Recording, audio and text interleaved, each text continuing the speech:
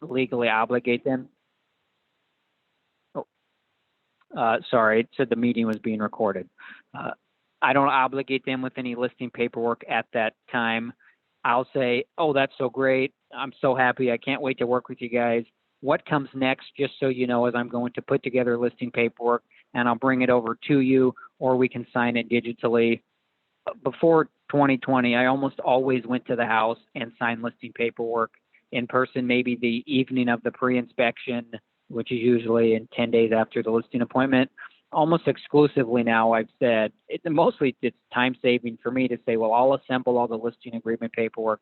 I'll send it to you, flip through it, or you have some questions, we'll talk through it all, and then you'll be able to sign digitally. And everyone said that's totally great. Also, I think doing it digitally takes away that awkward moment kind of when you're reviewing the commission on the contract. You've already told them what your commission's going to be, but if there's any moment of time they want to muster up the courage to ask you to change that, it would be to your face as you're going through the contract and you get to the commission part. And I don't know if it feels like too much effort to go review the documents, call me separately, and then ask that question about, are you going to charge a lesser commission? And so it's been a long time since I've had a pushback on that. And maybe some of that is because I've signed it or because I'm having them sign documents digitally. And that was a question from Bridget, who I'm not sure is on the call or not. It doesn't look like it, but does anyone have any leading questions from that? I'm certainly happy to go into more detail. Ben, you said that you had them sign this during the pre-inspection appointment. Is that how you worded that? Yeah, if I'm going to take the paperwork to their house, it is just easiest to do it when I'm already planning on being there, which would be I'll attend the pre-inspection walkthrough and I'll tell them I'll just bring paperwork. You know, the inspector will leave and we'll stay and talk a little. We'll go through the paperwork at that time. And that is mostly just for my convenience because I'm already going to the house. Some people might say, wait, you're like starting to spend some money and put effort in and they haven't even committed to you yet, like on paper. Like that sounds kind of scary. What if they change their mind and don't want to? To me, that's never a real concern. Most people I know, they tell me they want to work with me. They were referred to me or they evaluated 3 realtors and very specifically chose me. So to me, the listing paperwork is almost a formality. I've done it after pre-inspection, after photos, almost like the night before it goes in the MLS, just because that's how that worked conveniently in both of our lives. And that's never burnt me, and I don't have any fear that someone knocks on their door that afternoon. And if you're working with real good people that made the commitment to you and you to them, the paperwork is just very much a formality. So good question. Ethan? So Ben, you're going over there, you're scheduling the pre-inspection, and you said you're going over for the pre-inspection walkthrough. What do you mean by that? I exactly? do. Just like the regular home inspection, once they're done, and you and your buyer show up and they walk you through this new house and show you what's wrong. At my pre-inspections, the inspector does the same thing. That I know other agents who pre-inspect who don't go to that appointment because there's nothing really new that's going to come up that you're going to need to counsel them and talk them off the ledge. You know, it's their home they've lived in for 15 years.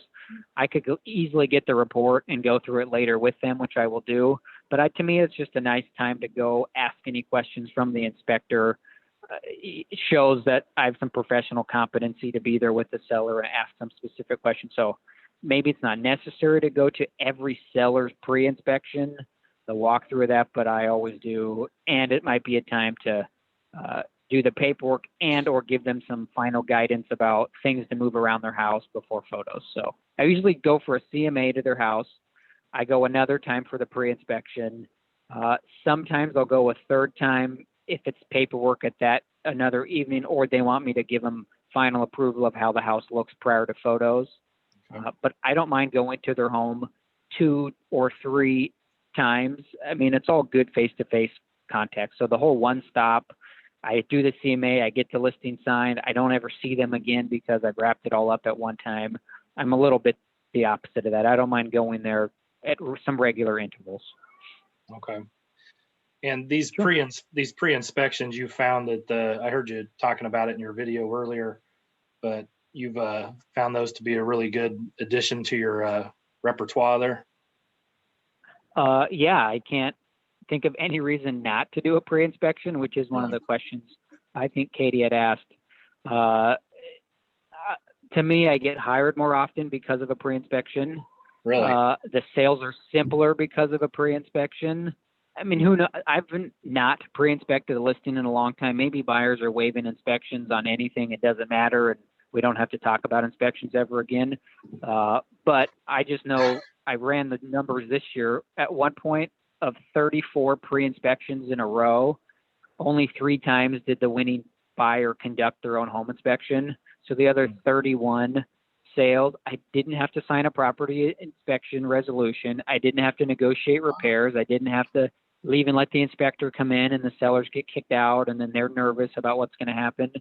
It is kind of nice that they didn't go away. That's the buyer yeah, you didn't can't. go away. Yeah. There's no back out moment. You've waived away your right to change your mind, at least without having some consequence applied. And so I'll even tell a seller, one of the big benefits of the pre-inspection is oftentimes in this market, the winning buyer who pays you the most money is also happy to buy your home in its current condition because you've made some repairs already. And it's a kind of a real gift to you sellers to negotiate everything right at the beginning. And then we kind of never have to talk again because everything's been settled. And it's especially nice for me because no one likes to deliver the seller a list of 19 things the buyer's threatening to walk away if they don't fix them. And then you got to spend your time giving them referrals to go get bids for the items before they respond. And you could spend 3 hours in a week working on that. Hey, Ben, And I worked on it 3 times. Oh, yeah, Raquel, sure. Yeah, can I add to that? Because Aubrey is the one that originally, you and Aubrey used to work together, is originally the one who got me doing the pre-inspections. And it has been a game changer. I think one of the biggest things is it puts your seller in control of the entire transaction. And it really gives them a bigger negotiating power because they already know when they put that list price on that home, they are telling you exactly what kind of condition their home is in. They're not just guessing. And we've all, for those of us that have been in this for a while, we've all had those inspections where you think the house is good and then you do the pre-inspection and you're looking at the report going, oh my God. And there's just a bunch of little things. But it's nice because then the seller can actually choose to make those repairs themselves. They can have Uncle Bob do it. And then all you do is disclose who did what and what was done. And if you need to do a licensed plumber, a licensed electrician, you do that. But I think what's nice is then you're disclosing to the buyers exactly what condition the home is in, what repairs you've made. And then, ultimately you're kind of like saying, look, here's the house and this is what we've done and this is what we're willing to do. Like, we're not going to do any more. And if the buyer really feels like they need to have something checked out, then they could. But like Ben said, a lot of times when you get a pre-inspection, especially in the market that we're in, it takes that whole inspection factor off the playing field. So when you get the contract, you're just dealing with the loan amount, the buyer, those kinds of details that you can't control until you get the buyer. So to me, the pre-inspection should be done on every home. I want to speak to pre-inspections just a little bit because when I started in the business 19 years ago, I came from the West Coast and pre-inspections were done on everything. So if you guys wonder sometimes why you hear these stories about, the house went on the market for $1 million and it sold for $1.7 million, it's because every single house that goes on the market has been pre-inspected, appraisals have been done, sewer inspections, termite inspection, it's all there, it's all laid out on the table. Doesn't necessarily mean anything's been resolved, but it's all there and the picture is there. And that's how people bid and offer. So I am 100% proponent of pre-inspections and have been my whole career. And I agree with Ben is that honestly, when I'm talking to people and I tell them like right up front that when you're trying to show your value, and to protect your commission. So you're not every time you go out, you're cutting your commission. You have to put your value right up front. And one of the things is here's the things we do for you. And one of them is we have a pre-inspection done. If we agree that you want to do that, if there's both sides to this. We have it done. We personally on our practice on Laura and I, we pay for it ourselves. Some people get reimbursed at the end. We actually pay for it ourselves, and it's a lot cheaper to pay the $300 than to say I'm going to reduce my commission by 0.5% or 1%. If you start doing the numbers, and it's not just about the house, it's about eliminating fear in the transaction, because a transaction that is void of most of the fear goes more smoothly than one that has fear in it, or something that's going to drop the win-win of a transaction. So I'm a huge proponent of it. The other thing it does, you guys, is it allows you and your seller to decide who's a qualified home inspector. I had one recently that they felt like the house was updated, which it was. The inspector that the buyer chose to have come in and do it, he's qualified, but he commented on things like the garage needs gutters. And we were having a hard time understanding what he didn't see, because all the pictures, you could see the gutters. Like, there's gutters. They were brand new. They'd only been there 6 months. He said that there was no access to the crawl space under the home. There's 4 crawl spaces, and we were all, it was just, I wouldn't go so far as to call him incompetent, but because of things that he put on his report that he just blatantly missed, we lost out on that buyer. And then my poor people were scrambling, trying to put the house back on the market, get it cleaned up again. And so, and she even said, she's like, no, you told us we should have done a pre-inspection. Raquel, we should have listened to you. And it doesn't matter who's right at that point, because you're the one that's scrambling. You're the one that's helping them and talking to them at 8:30 at night, dealing with all this, because all of a sudden you're in a time crunch, and then you're trying to get contractors out in today's market. I don't know how we got half the people out that we did. One of the things that he said was we needed to have three structural engineers come look at a little stair-stepping crack. 3. That would have cost these people $1,200 on a $115,000 house. And there's nothing wrong with it. So anyway, it would be something that it would eliminate bad inspections, which don't happen very often. But in this situation, it would have taken away a lot of headache. Just do it. Yeah, I agree. Just do it. And if, for me, 85% of the time there's not a buyer inspection, seller's way happier. I'm way happier. It makes life way easier. But someone said, are there reasons not to do one? The 2 big objections, they're generally weaker objections, but someone will say, well, the other agent said that's a waste of time and money because the buyer's going to do their own inspection anyways. They always do their own. And I will say, I'm guessing that was told to you by an agent who never does pre-inspections, because if they did, they could so easily cite that 87% of the time, at least in my case, 31 of 34 pre-inspected listings in a row, the buyer did not have their own home inspection. So I politely disagree with that stat that the buyer always does an inspection. But again, it's an agent who's literally never done a pre-inspection telling a seller why they're not valuable, but they can't be an expert on the topic. They've never done one. So that's kind of an objection. Why would we pay for one if the buyer's going to pay for one anyways? Sometimes they jump the gun before I say, ultimately, I pay for a pre-inspection for every house that I list. It's totally worth the thousands and thousands, tens of thousands of dollars a year I pay for pre-inspections. I have a seller pay for it at time of pre-inspection, and then I pay you back or reimburse you on the day of closing. I tell them it's not a promotional thing through Better Homes and Gardens. I'm not turning in the cost to anyone else. It's totally worth me writing the check to you to cover the entirety of the cost, because there is so much value that's brought to you in the transaction. And I guess the third sort of objection is, and I handle it before it comes up, because I'll say a pre-inspection alerts us to all the little things that are wrong, and we'll make a plan for how to fix it. And, your brother's can tinker with the outlets and get them running type of thing. And it's how, we don't have to have such expensive professionals because we're on the front end of things. But I'll say, even if something so terribly major and scary exists in your home, I'd rather know about it right now where we can make a plan for it than in a month from now. The home's been off the market several weeks. The buyer finds this terribly scary thing. I always give the example of mold in the attic. The buyer surely changes their mind and walks away. Sale falls apart. The sale of that wonderful house you intend to buy after this falls apart.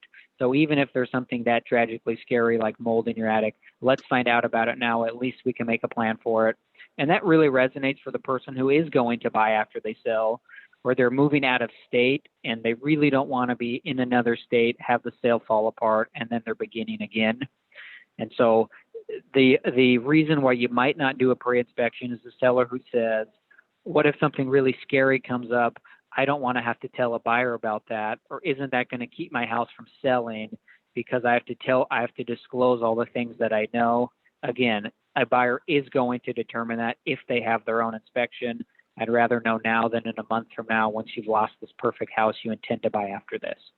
So frankly, if a seller is the type of person who wants to definitely not disclose the things wrong with their house and very much on purpose try to hide what is wrong, it's probably not a person attracted to me and not a seller I'm eager to work with anyways. So does that make sense? Okay. I see some puzzled looks, but it might be because your faces are like kind of frozen mid-puzzling thought, and then you smiled, but then I didn't see the smile come after it. So everyone looks a little confused, but you're frozen. Well, in today's market too, Ben, I think also you really don't have to, because how many contracts win in multiple offers with inspection addendums? You know, that it's kind of not done a lot. However, in order to make it a really equitable, let's really look at the terms, the price, the closing, all the terms. If you get that out of the way, you already know, you know, as just conscience wise, you already know that has been already reviewed by people, and they've made their offer based on what they know, not what some unknowns are. You know, like the what if offers. I just don't want to go there, because what if, and we may not know because we're not doing an inspection. So yeah, I think it's just how you practice your business and what you're committed to. So someone asked about the cost. It seems like a pre-inspection, depending on inspector, there's only just a few I recommend, $375 to maybe $500, averaging $425 probably. It's well worth me spending $425 for every listing that I have. That I gained all those listings in part probably because of the usefulness of the pre-inspection. Someone said, are you getting pushback in our market about pre-inspections on a price point that potentially may have a buyer that waived the inspection? I mean, you can make the case no one's conducting inspections on anything, so what does it really matter? Again, if I'm even just paying a fee of $425 to jump through the hoops of a pre-inspection to be hired versus not be hired and they're not have been an inspection anyways, to me it's always worth promoting. If not, because it shows a sort of professional competency for me. And then actually I did have a seller get sued this year or last year for a previous sale for quite a chunk of money. And it's because the buyer thought they didn't disclose some things, and these sellers chose not to fight it, and maybe they could have or should have. We had it pre-inspected. The buyer had their own inspection. The seller filled out a property disclosure, and then the buyer came back a year after purchase and said, you didn't tell us about some little leak thing here that turned into a big issue. And the sellers just said, okay, we'll just pay the money.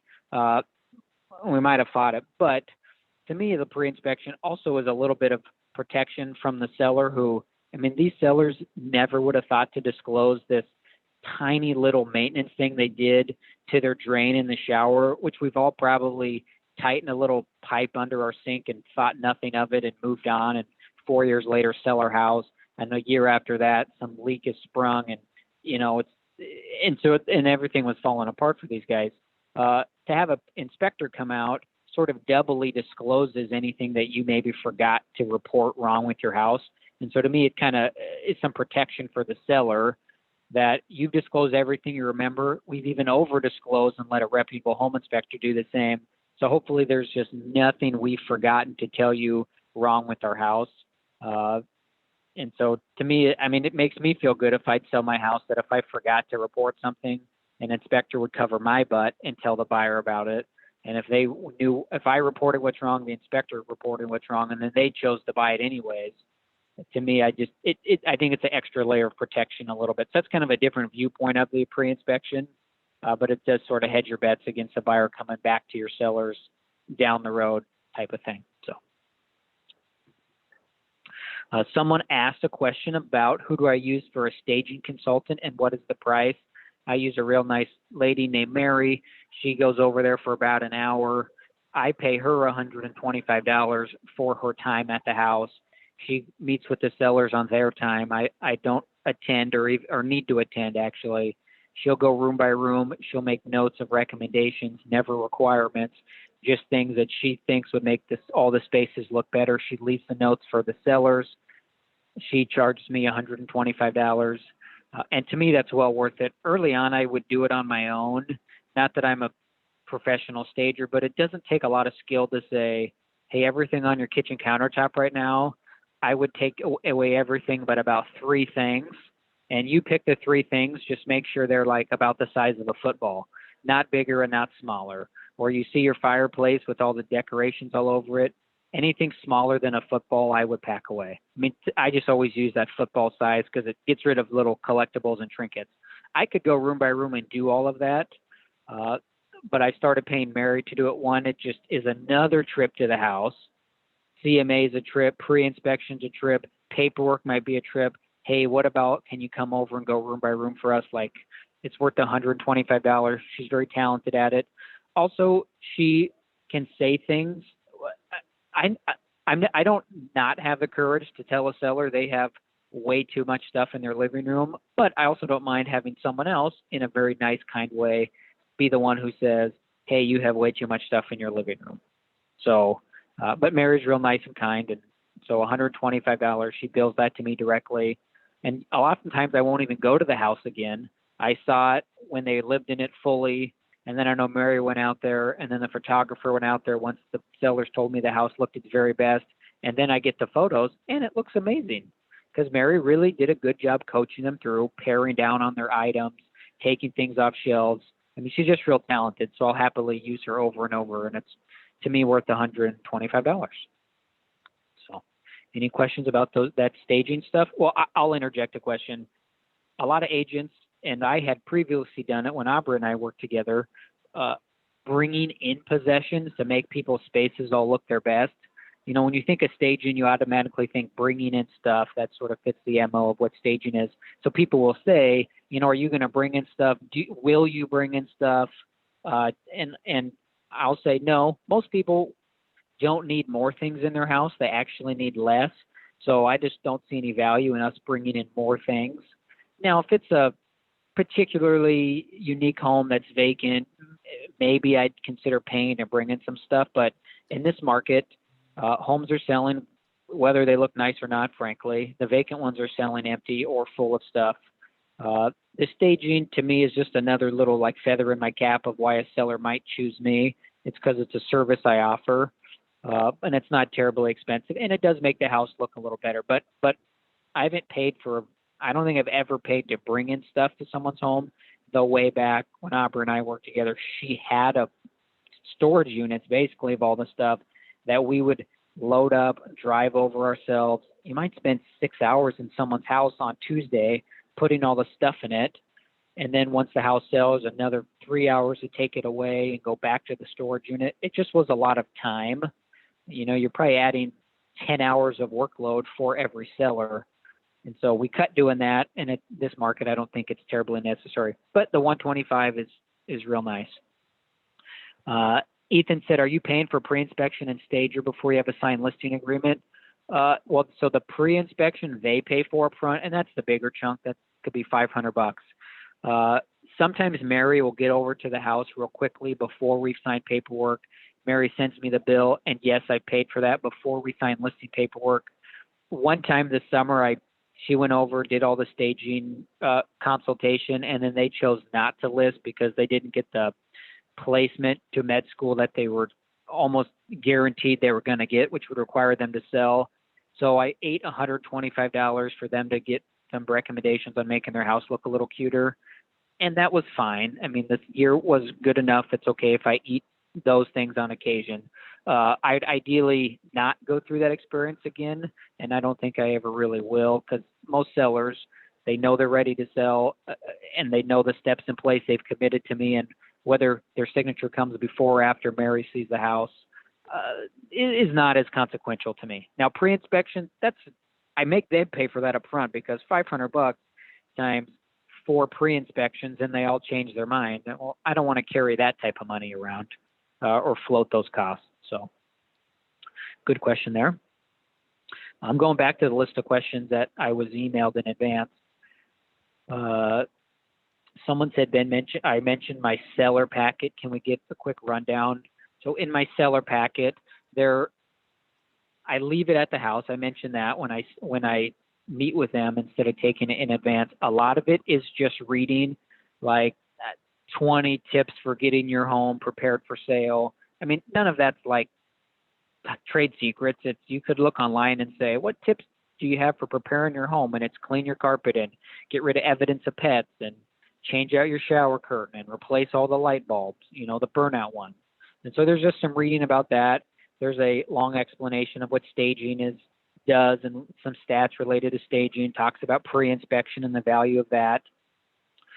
Talks a little bit about just the timing and the process and when contracts come in. So whether they read that or not, they probably don't read it all, and that's okay. Things that are real important in there that I will specifically highlight to them is there's a letter from me to the seller up front that's real important. It kind of mirrors that sort of sincere introduction I will give when we sit down that I mentioned in the video about how much I'll care about them, and the guidance and counsel I give is based on best practices. I mean, to me and I even said it in the video, sometimes I think I'm hired just because before we talk real estate, I talk about them and their family, and I'm going to care about them. So the letter kind of doubles down on that. There's a marketing plan that goes through pre-inspection and staging and photos and Matterport and the home on all the real estate websites and the feedback I'll collect so that's a 1-page marketing plan. That's important. There's a thing about dot loop, which is in the buyer and seller packet, talks about signing documents. There's all the utility company information, which is in both buyer and seller packets, because at some point they'll transfer utilities. There's a list of handy people. Now for the seller, it's more important right away, because after the pre-inspection, there might be some things that need to be done that they maybe want some professional help with. So that's in both buyer and seller packet, but seller would use that right away. There's all of my sales stats, which is also in my buyer and seller packet. And so I will, I will go through my marketing plan in detail, flip a lot of pages, and I'll go through my sales stats in detail. And then I'll flip through the remaining pages, which is testimonials about me, some information about me, like just hobbies, just kind of a get to know me thing, and all the listing paperwork. But I spend the most time on the marketing plan, and then I spend the next most amount of time, but a lot less than the marketing plan, just talking about my sales stats, what I sold last year, what the days on market was, and what my list price to sale price ratio was. So I'll spend a little time with that. Someone did ask me a question that came in advance. It's talking to new agents who don't have long sales statistics or really any sales statistics yet. And so I can't tell the seller I've sold this many and here's my stats, things like that. So what am I supposed to do? And so it's kind of interesting. I know for a fact this year I leaned too heavily on my sales statistics, and instead of making a pure and genuine connection with the sellers and letting them know I care about them, I started hanging my hat on, well, I've sold 100 houses this year and I've never done that before, and I should be quite proud of that, and you should be proud of that too, seller. And no brainer, that agent did 58, which is wonderful, and I did 100. So why wouldn't you pick me? I mean, which was totally the wrong attitude. And I realized that sellers didn't care whether I could have sold 28 or could have sold 100. They wanted to know, one, I sell real estate, so I'm existing as a professional realtor, and I care about them and their family. I'm going to take care of their needs. Here's how. I have a marketing plan. I could almost, for me, take out the sales stats page, and I think I would list just as many homes or convert just as many buyers, because I realized the real nuts and bolts of the number of homes I've sold, it's not as important as the connection we've made. And I started doing that real sincere introduction and I really mean it. I take the time to look in their eyes and make that connection. And it's because a few years ago, my wife and I had met with a cancer surgeon about some cancer stuff for my wife, which was obviously scary for us. And before he'd got into all the methodology and best practices and all the medical jargon, he sat down right in front of us and he kind of went through that same dialogue about how I'm going to care about you. I know this is scary. I know you're anxious about this. And I ask that you please keep your worries to a minimum and trust me to take care of you. And I've done this, how long he's done it, and he's always going to treat us with best practices and with our best. And it was really touching to us. And I think we were sold on this is the gentleman who's going to lead us through this cancer stuff. It kind of didn't matter what he said after that, his school resume, where he trained. It literally did not matter because we knew that Dr. Chandra was his name, was going to take care of us and had more than enough time for us.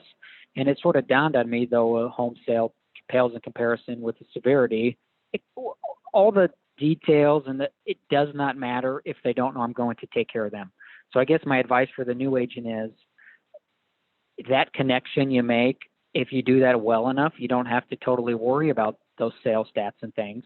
If you come over prepared, which I talk a lot about preparation in the video, and can speak with some wisdom and are calm and confident in the things you're saying, you don't even have to tell them all the things you have or haven't sold.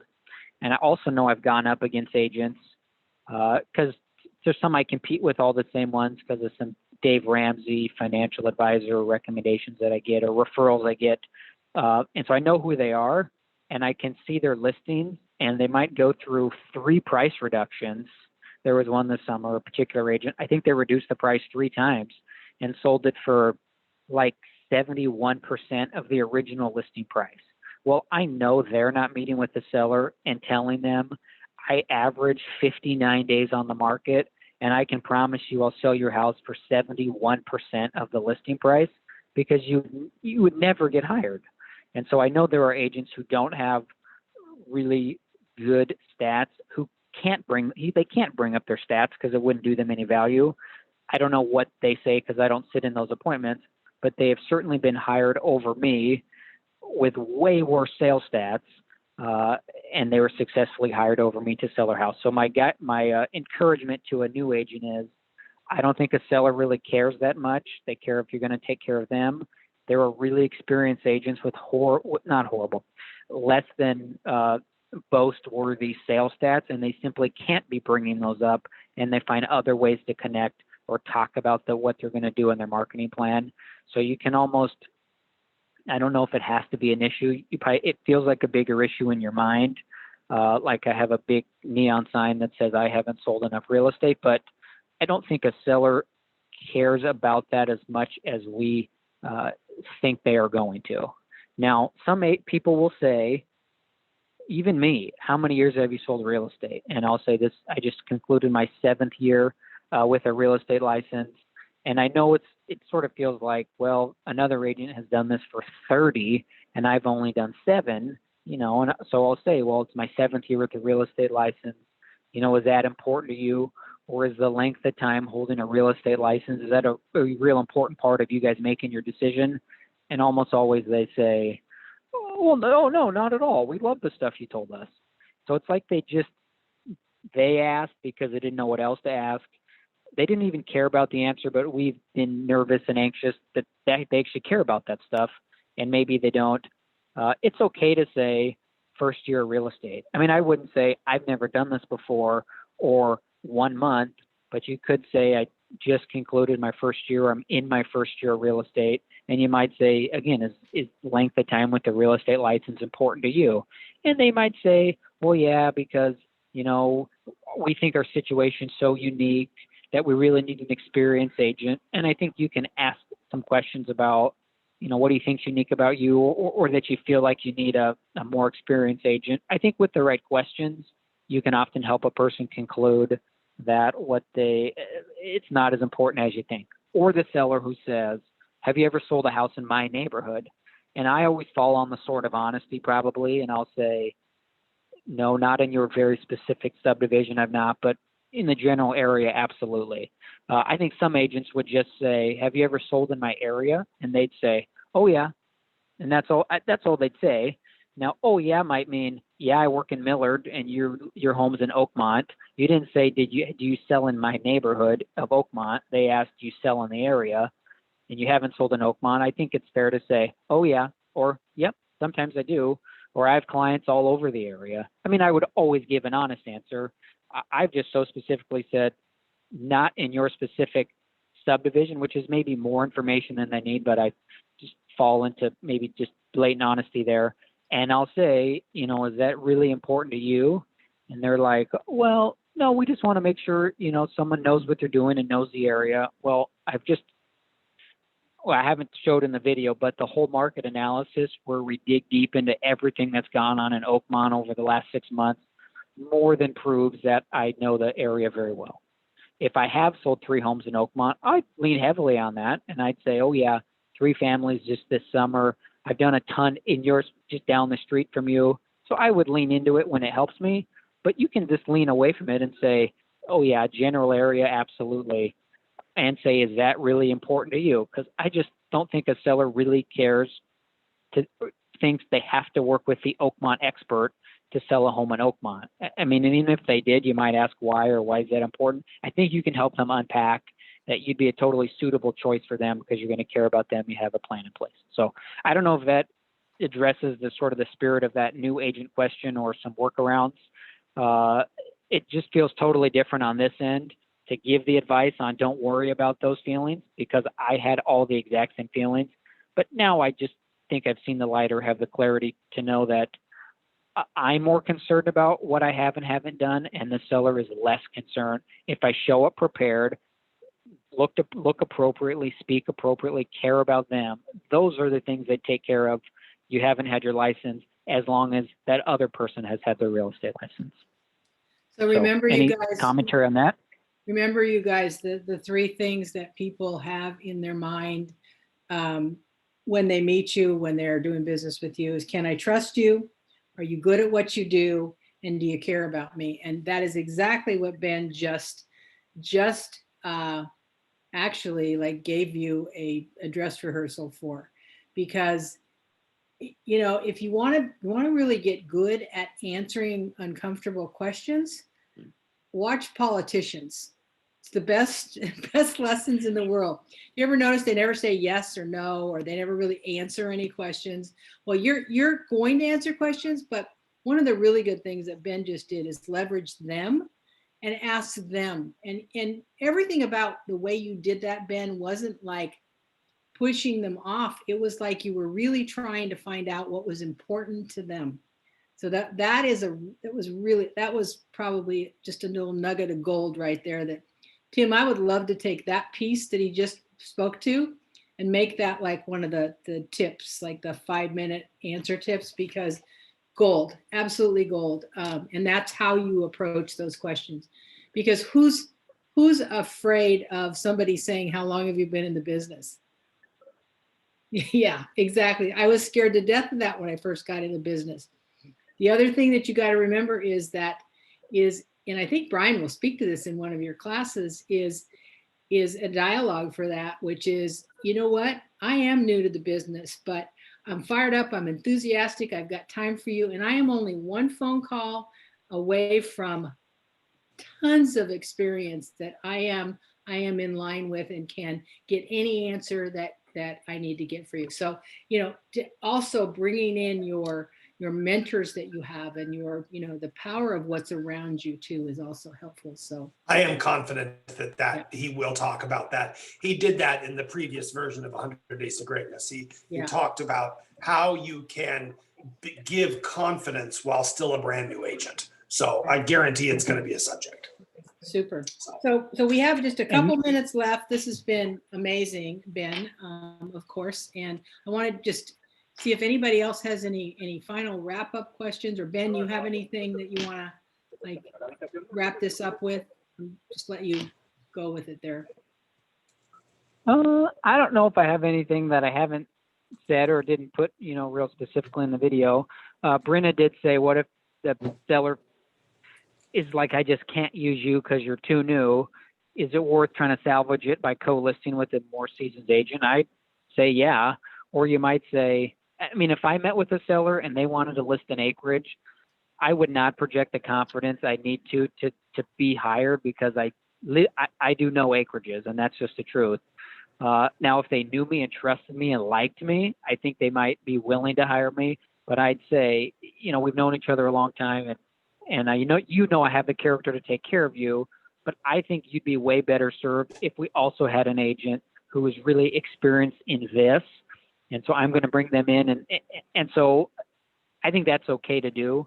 I think you have to, if they don't trust you or like you, and they don't think you're good at what you do, they probably wouldn't hire you anyways. If they know you and they like you and they trust you, but you're lacking in the competency, I think for you to have the confidence or the wherewithal to say, or this is a penthouse condo, this is not what I do as regularly as other things. And so if it's okay, I'm going to bring in another agent, Billy Coburn per se, who does a lot of condo things. And so maybe you leading that discussion or you to come to that conclusion before they do is probably better than the other way around. But you don't want to walk in their door and say, hey, I brought someone to help us along, hire them, and we each make half the money. But I think it's fair to sense they're wanting more than the number of years with their real estate license. You've gone through those questions. I mean, if they're not going to hire you at all and it's written on their face, I think it's okay to say, would you be comfortable if I referred you to another agent who is really good at this, and I think you can know and trust, and maybe you're propping up this other agent, and the other agent does some of the paperwork stuff, and they're the face, but doesn't say no reason you don't get half or more of the money from the commission, because they're sort of your client, and you've referred them to another agent. So, yeah, I think that's totally fair to try to salvage that, and I'd be happy to be this minimal face that makes the seller feel good about it all, but you're going to one who's going to do all the work, so. Yeah, I think that's a good question. Did you answer Ethan's Anything question? else? Did you answer Ethan's question on there? About paying for stager and pre-inspection? Yes, I will do it, and it's okay. I know they're going to sign the paperwork whenever they're going to sign it. So, yeah. I get agency signed first. Get agency signed, and oftentimes I can get the paperwork done before that actually happens, because that's kind of the motivation is I can order the pre-inspection and order the staging consultant once we have the listing agreement. If we get through this and you guys decide I don't want to list the house, you can still, before we actually put it live on the market, we can actually Sure. get on it. So and I will tell them best first step is I'll get the paperwork assembled, send to you. It can be signed digitally, and then I'll be working on getting the stager set up and the pre-inspection. So I lead with, yes, the order is paperwork, pre-inspection, staging, photos. But sometimes it's like, you just sold my mom's house or our house. My mom needs you right away. She's got to get this thing listed like in 6 days. It's like, oh, the pre-inspection has an availability tomorrow. So they're coming over tomorrow. It's like, they're going to hire me because they love what I did with their children. It's like, it's okay. We're going to sign it when I can get over there to meet with mom. No, so it's circumstantial, but yes, I'd prefer meet, sign paperwork after that, and do the good stuff, the other things to come. But, hey, thank you everybody anything else? that jumped on here. New agents, you guys are This is rocking great. it, and all the mentor input and all of you guys. Honestly, it's just, this stuff is amazing. I can't wait. This goes in the library now, Tim. We got another one of gold. So great. Yep. Okay. I'll upload it in about an hour. So you guys remember what your homework is Mhm. for next week for the 100 Days of Greatness and then the class? Yep. Okay. All right. What is Check next week? Facebook. I don't remember what the next week's subject is here. It's going to be contact care and community. It's notes, No, calls, for pop this. up.